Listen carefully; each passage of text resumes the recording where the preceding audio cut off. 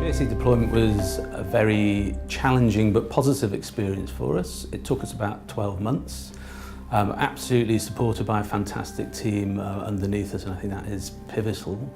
We had a really good pilot period, so we got to know the system inside out. That lasted about 6 months, and the last 6 months was really going in earnest to deploy across the trust, and what we learnt there was you've got to go very quickly. We thought quick enough was going across medicine in about 7 weeks' time, so that was 2 wards per week, but we very soon found out that wasn't fast enough, and actually we ended up going live in surgery in 1 day across all 14 wards and theatres there. So speed is of the essence because a mixed economy can cause patient risk. But the deployment itself was very successful, it was well received by staff, and as I say, it was a 12-month period of hard work but very rewarding.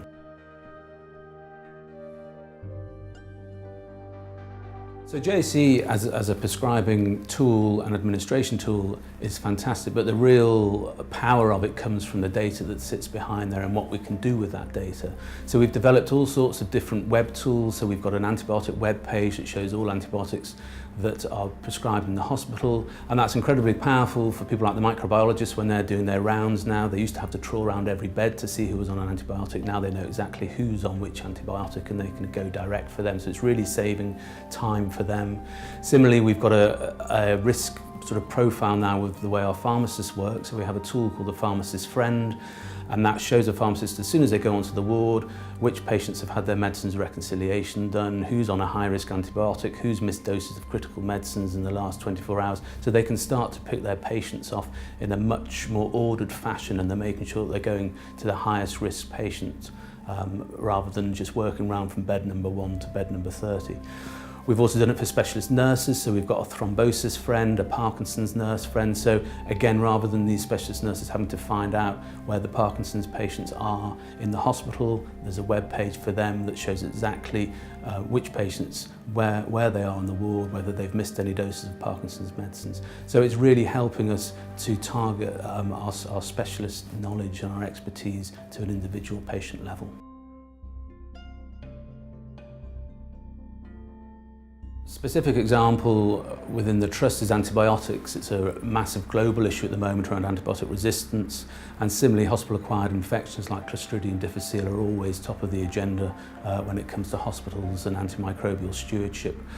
So what electronic prescribing has allowed us to do is focus to prescriber level on what their stewardship is like. So if we've got a prescriber that's sticking to guidelines, writing indication notes, review dates, stop dates when they're prescribing, that's fantastic. But we're now able to pick up those prescribers that aren't adhering to those guidelines. We're able to offer supportive training to them to make sure that they understand the importance of good stewardship. And the ability to be able to do that to prescriber level is incredibly powerful because it really brings it home to the prescriber their responsibilities.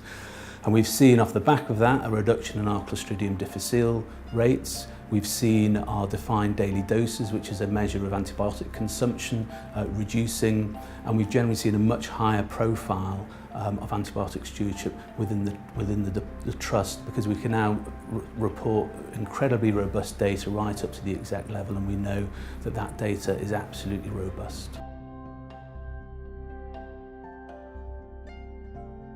So another example of how we're using the power of the data within JAC is around missed doses of medicines. It's an incredibly important patient safety issue. Missed doses of medicines can ultimately kill patients. So there's a number of things that we've done now. We know exactly what our missed dose rate is within the hospital.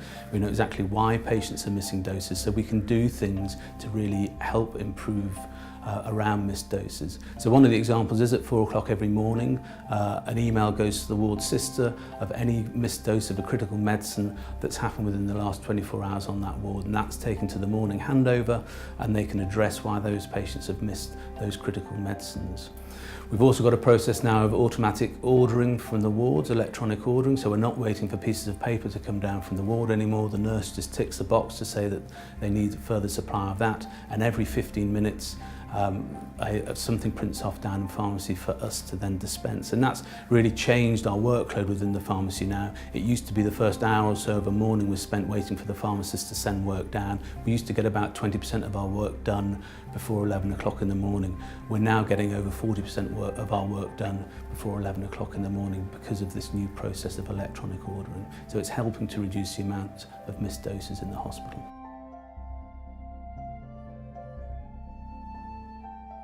So JAC, as a partner, we've been working with them for a number of years now, whether it's been around pharmacy stock control and now moving into administration.